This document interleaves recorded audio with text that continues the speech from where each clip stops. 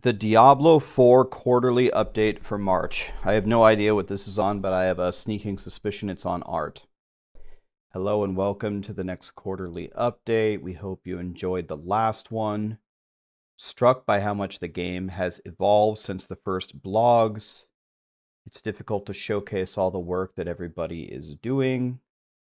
Systems and itemization and skill trees have evolved, incorporating the feedback.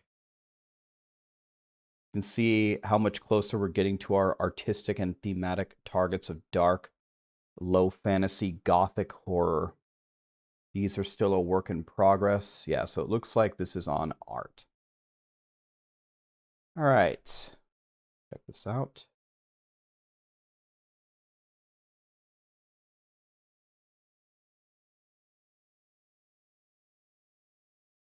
This looks nice. Okay. Team has been hard at work. We're excited to take you behind the scenes on how we've developed the environments of D4. You will hear from our Associate Director on Environments, Brian Fletcher, Associate Lighting Director, Ben Hutchings, Lead Exterior Environment Artist, Matt McDade, did I say that right? And Lead Props and Interactives Artist, Chaz Head. They will be sharing how they approach each of their distinct areas that ultimately come together to form the environment art of Diablo 4. While many of the locations we will be sharing are in various stages of progress, this is an excellent opportunity to showcase the amazing work our teams are creating for the next installment of Diablo. The environments of D4 cover a lot of territory and visual real estate of the game, 5 distinct regions and hundreds of dungeons with an S. That means at least 200 dungeons? Really? 200 dungeons? It says hundreds of dungeons with an S. Really? That's a lot. Let me make this a little bit bigger. There we go. It is where all the monster slaying, loot gathering, and exploration happens. Of course, none of this would be possible without the collective efforts of all our talented people. Yep. Oh, I like that waypoint. I bet that fire looks godly when you're actually playing the game. Bet you that fire is really pretty. Can see the little footprints.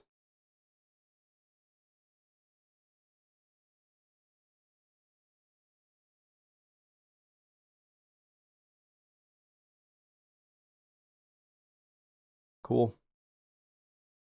We approach creating the environments of Diablo 4 through a darker and more grounded interpretation than the early installments. The aim is for believability, not realism.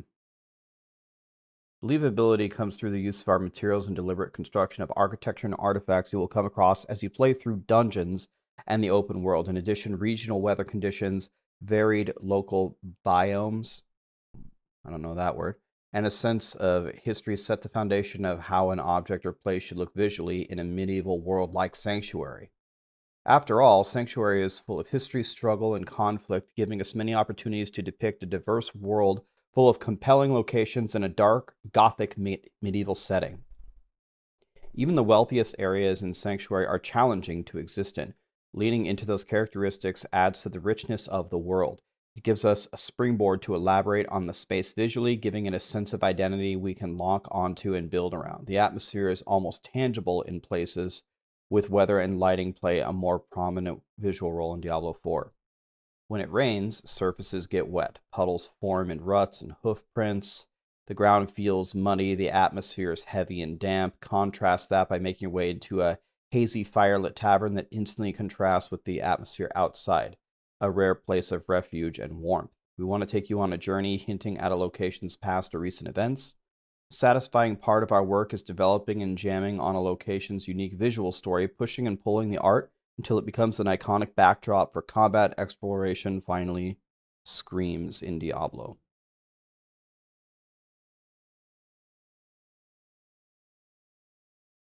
The hazy warmth of the tavern welcomes you.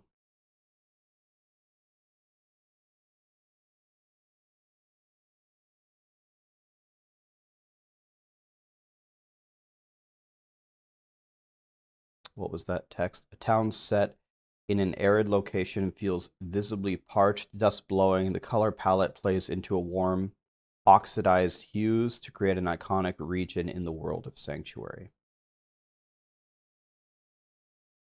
This looks like kind of like Loot Go Lane, doesn't it? This is like modern day Loot Go Lane or something. Loot Go Lane is the Act 2 town in Diablo 2, right?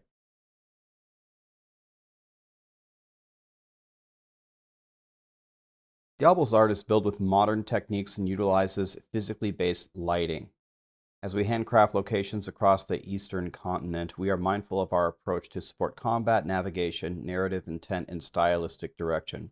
To accomplish this, we filter concepts, locations, and final implementation through the dual pillars of Old Monsters and A Return to Darkness. Using these pillars has been instrumental in keeping us consistent and aligned with the visual tone of Diablo 4. The Old Masters pillar gives us a lens to filter our art through, considering the techniques classical painters like Rembrandt used, with their controlled use of detail, tonal range, and expert use of color palettes. The Return to Darkness pillar is a through line in everything from dungeons to lighting, and embodies the idea that Sanctuary is a dangerous and dark medieval Gothic world. Additionally, we play to the iconic Diablo game camera, choosing where to add or remove detail to help the readability of the gameplay space or accentuate visual interest as needed. It is a balancing act that results in a handcrafted look with a distinct visual style that expands upon the lineage of Diablo. Deep in a ruin, lost to time, its treasures and mysteries are awaiting discovery.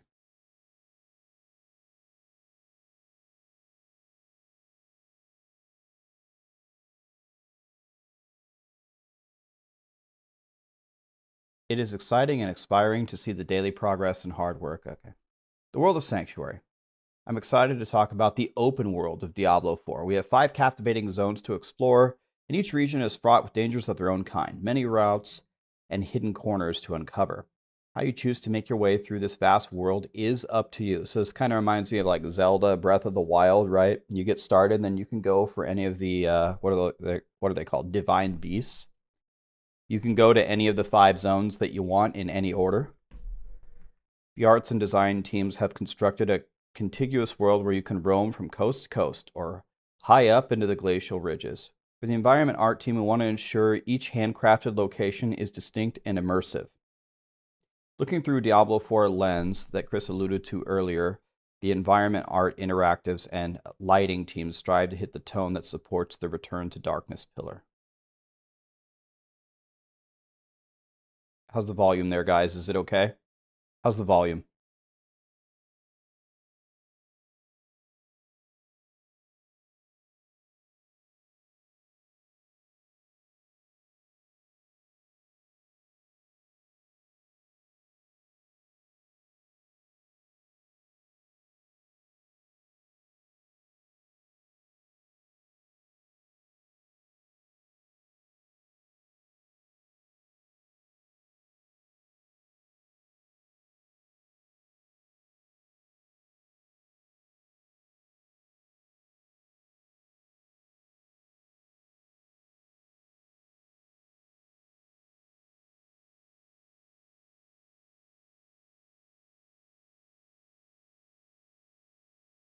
I mean, honestly, I really like the music that they're playing. The music is very creepy.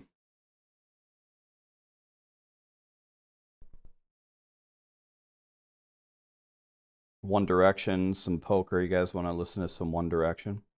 Yeah, so one thing looking at this again, and maybe this is like the wrong attitude, but I guess like in modern day games, you just come to expect the graphics to look really good, right? This does look really good. But is this like a revolutionary? Am I looking at some kind of revolutionary artistic design here? I'm not sure. Maybe I am. The water there looks fantastic. I mean, it looks fantastic. I don't know. Like a lot of modern day games look good, right? So don't want to be pessimistic there. It does definitely look good. It's just, that's what we expect, right? For the Skozglen Coast, the environment art team set out to tell a story of the untamed wild shorelines and headlands. As you transition toward the shores from inland, the coastal biome is first evidenced by the longer, more directional grasses that react to the driving offshore winds. The beaches are bleak and littered with seaweed, kelp, and rotting carcasses. Rugged cliff tops ascend high, whilst promontories, don't know that word either, are carved by the continual pounding of waves below. Through the process of creating our biomes, the environment art team has set out to communicate that this coastline is rife with peril. For the main settlements along the coast, it is important to tell us that they feel woven deep into the fabric of the coastline. Dwellings with deep-rooted foundations skirt the cliff tops in a futile attempt to withstand the harsh elements. These structures are compromised of whatever materials the locals could lay their hands on, and in various forms of disrepair. Stone walls, salvage wood, and thatch for the roofs, a place of consolation for the brave fishermen that trawl through these treacherous seas. Fishing plays a significant part in the day-to-day life of these wary locals, so we've latched onto the idea and placed emphasis on these villages being centered around fishing. By adding supporting elements like rudimentary docks and slipways, it really helps set the stage for the interactives team to come in and layer on their culture kit throughout the area. Many of the props here are dynamic, the ships swaying in the ocean waves, the fishmongers' nets hanging out to dry in the marketplace. Our main purpose here is to breathe life into the awesome architecture and terrain work. Our props and culture kits help provide the tangible real-world scale that the Diablo world represents. Drowned culture kit here is all interactable or breakable. When we set up these props, we push ourselves in terms of destruction. We can use a constraint system to hinge specific pieces together. This allows us to orchestrate distinct, realistic, variable types of destruction. We do our best to tell the story of what has happened here. The drowned dredging with them boards from beneath the sea, littering their conquest with relics of long-lost cultures as they raid across the breaches of Sanctuary. As you explore Diablo 4's open world, you'll experience a lot of variation in lighting and weather. Here in Skozglen Coast, you can see the foggy, frigid atmosphere, taking cues from highlands and moors. Across the game, we're striving for a grounded and natural palette, allowing us to create visual space for gameplay that also achieves a gritty tone suiting the world of Sanctuary. So, I mean, in general, I'm very glad that they are going through this level of detail. And I'm sure when you're, as someone like me who really doesn't give a French toast about art, really, I never liked art in school. I'm not an artist, so I don't really like it. I'm sure it's one of those things where I'm playing the game and I'm like, wow, this game looks really good, but I can't quite put my finger on why. And it's probably for all of these little details, right? It's all these little details that the team is going into about, you know, making the world as realistic and or telling the story that they want to tell. That's probably why. But the most important things for me here are the things about actually playing the game, right? Like take Lost Ark, for example. Rax, the Ultima Dragon has landed and the world is in danger. You must immediately, G. You know, you just skip it, right? You skip it instantly and just go to the next thing. G, G, G, okay, whatever, G, G. When can I get to back to fighting? So while this stuff is not super important to me, I'm sure it will be important to a lot of the people that like the story, that like the lore, that take it a lot slower. So I'm trying my best. I'm trying so hard to really appreciate all this stuff that the team is doing, even though to me, I'm just going to hit G and go to the next thing, right? So, Orbe Monastery.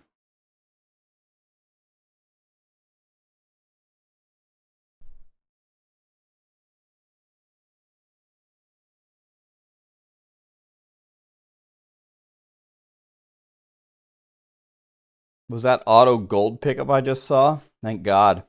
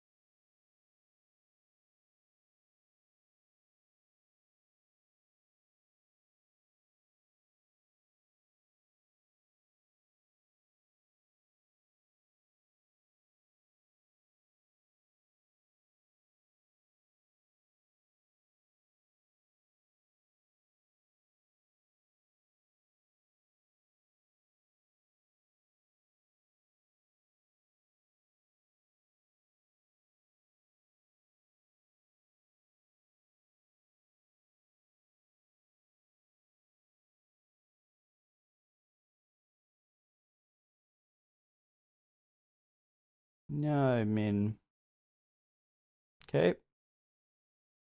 Is this going to just explain the zone? Secretive, soccer room's presence diminished, evidence for warship, okay, rocks, pale blonde grasses.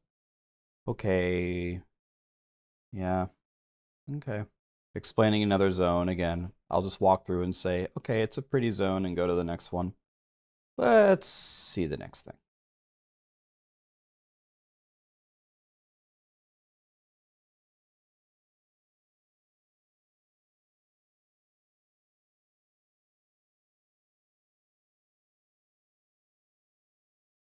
This has been my favorite thing so far.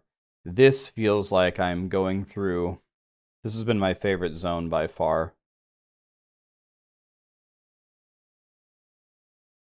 out of the three that they've shown.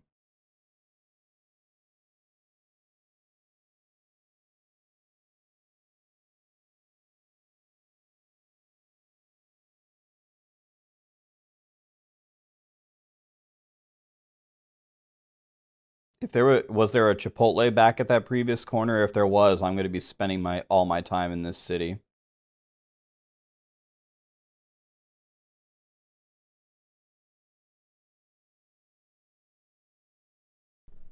So one thing here, if we go back, one thing that I love about this zone, Jesus, stop recommending me videos.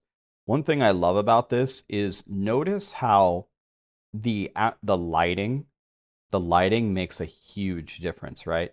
It's not lit up at all, and if you have one light, then only the area by that light is illuminated. And if there's like multiple lights, then you can start to see everywhere. It seems, as they said, what is it? That's not realistic, but what's the word they use? It wasn't realistic, something like that. But I think the lighting here plays a huge role. Look, you see the light, then you can see, and then you walk away from it, and then you can't see anymore. Oh, and here's the next light. Believable. Thank you. Believable. Where the light is actually, where you can see. They did an amazing job of that. Wow, that's really cool. Look at this. So this light is like in this little cage or something, and it's blowing in the wind. So the shadow of the cage is blowing on the ground. Look at that. That's pretty sick right there. And it even seems to be blowing in the correct direction, because you can see a little gust of wind come here and blow it this way, and the shadow is shaking that way. So that's pretty crazy. See this little gust of wind there? You can tell that it's blowing this way, and it is blowing the light with the cage that way, and the shadow also moves with it. That's pretty sick, actually. That's pretty sick. I like how some of them are out, some of them are on, instead of them all being lit. This is pretty cool.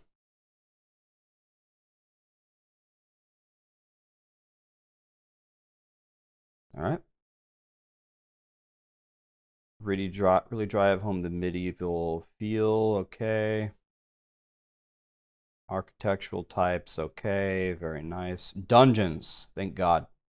Okay. Gameplay. Stuff about the game. Oh, thank you. Dungeons are still that randomized content that you know and love from previous Diablo titles. However, we added new and exciting features that allow us to make even more dungeons across the world of Sanctuary than ever before. In order to support 150 plus dungeons, we've had to shift the way we make the environment art so that it's flexible enough to be used in multiple locations, not just one. Yeah, I wouldn't expect them to fully design 150 dungeons. Maybe they reuse certain elements and tweak them or something. We'll break it all down in what we call tile sets. I'm familiar with that from Diablo 3. We would like to share with you a handful of our tile sets and a few ways we can mix and match them with props, interactives, and lighting to create dungeons that are varied, handcrafted, and yet procedurally created. It takes a lot of work from many teams to make a dungeon. We're proud to show you. Hey, thank God, show me a dungeon, please. Look at this thing. That's disturbing. Look at this thing right here. God, One Direction, go away. Look at this thing. That thing's so creepy. Wow.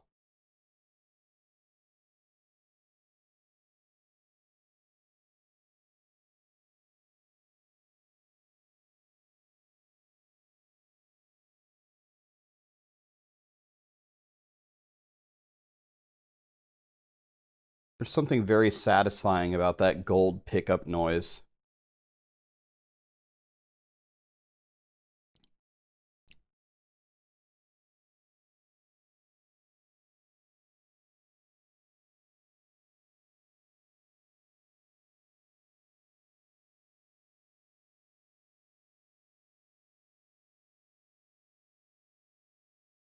One thing to notice, guys, look how bad this guy's light radius is.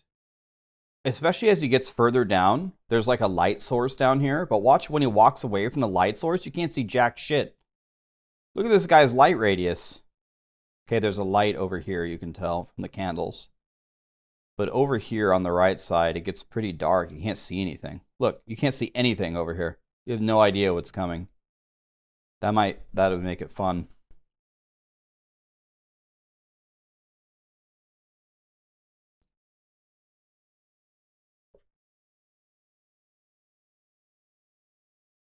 Now that was pretty cool.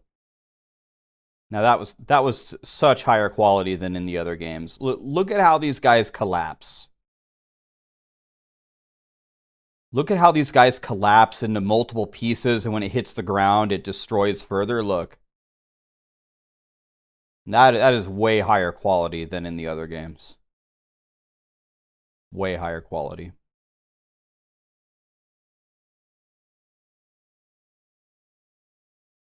Okay. Tile set is an example of how we have returned to the darkness when take you deep underground to the darkest recesses of sanctuary where mysterious and gross corruption has taken root. This ancient temple is also a great place to push some primal horror vibes. The fixed camera is one of our best tools since it allows us to place assets in the foreground without blocking the playable space. Because we always know where you are looking, we can dial in and customize the layouts. Okay. I want to see another dungeon.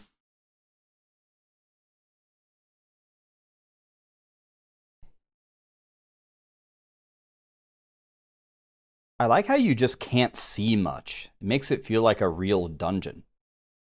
Like you have no idea what you're about to encounter around the corner. Obviously, I don't think they have the monsters in here in the events. They're just showing you the map.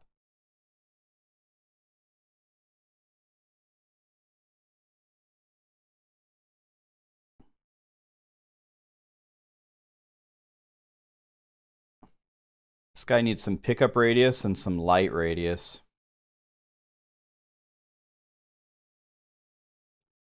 The music seems very, very eerie and creepy everywhere that you go.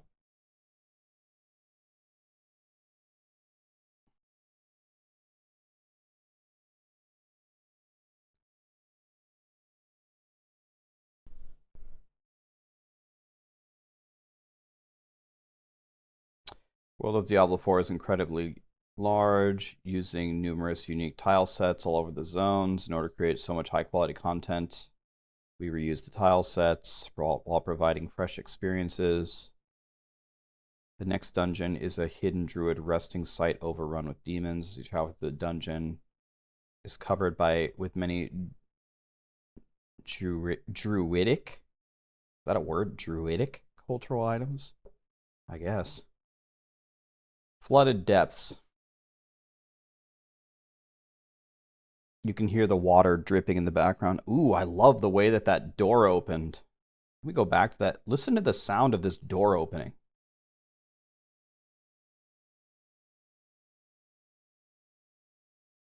And you can't see the light, but the torch behind the door immediately opens up the path because it's lighting this way. Really good, man.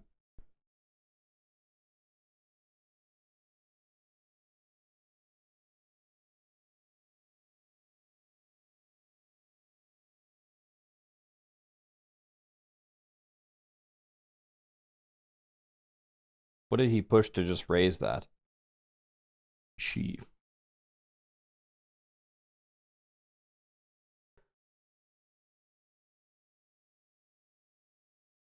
Do you know how hard it is to do that? Just carry your body weight across a giant rope. Listen to this. Listen to the volume of the water as you approach. You don't hear it here at all, right? Barely. The water in the background, but listen.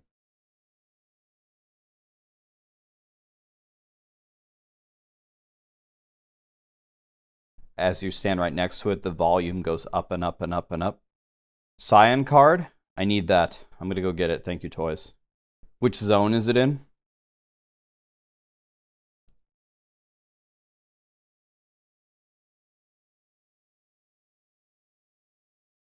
Thank you.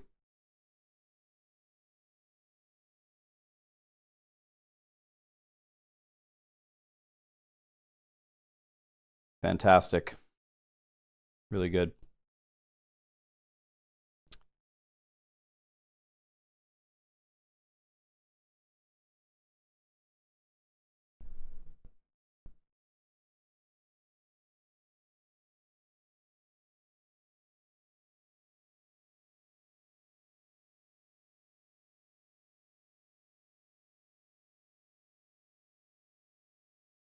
This kind of looks like Silithus, doesn't it, in World of Warcraft?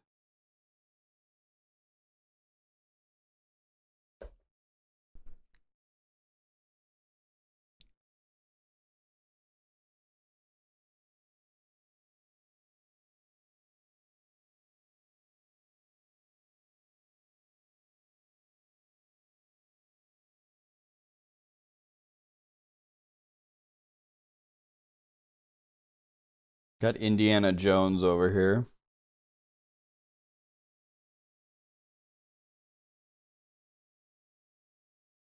Got Luke Golane 2.0.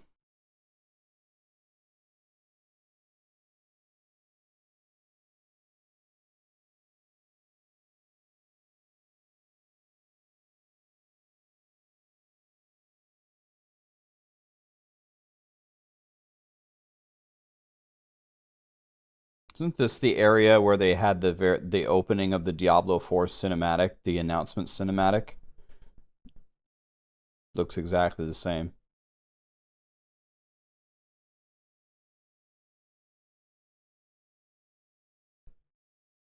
See, I like this. I like this. The dungeon lit up by little lights. I like this better than anything else. The dark dungeon with the little lights scattered about. This is like the jail 2.0. Oh, I don't want to go there. You guys can do that dungeon. I'll go do a different dungeon. Good luck, guys. Rugni has to do that dungeon. The rest of us, we're going to go do a different one. Good luck, Rugni.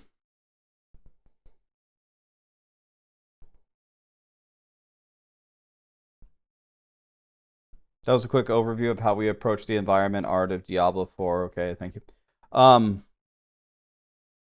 So it does look really good, and I do want to appreciate all aspects of the team. The important things to me, though, were the things that probably didn't have anything to do with art that we got from this blog post. And we got that I think there were two big takeaways from this blog post. The first is that there's 150 plus dungeons, which is a lot of content. And the second thing is that it sounds like you can do Diablo 4 in whatever order you want, wherever they said that. And that kind of gives me Zelda Breath of the Wild vibes, where you can kill any of the divine beasts in whatever order you want. That's pretty cool. So yeah, the non-linear games are becoming popular. So great update for the team. My only ask is, can we stop getting art updates? Can we get non-art updates, that would be my request. But still liked it, but tell us more about the game. Tell us more about the game, please. Still a cool update though, but art makes me tremble in my skin.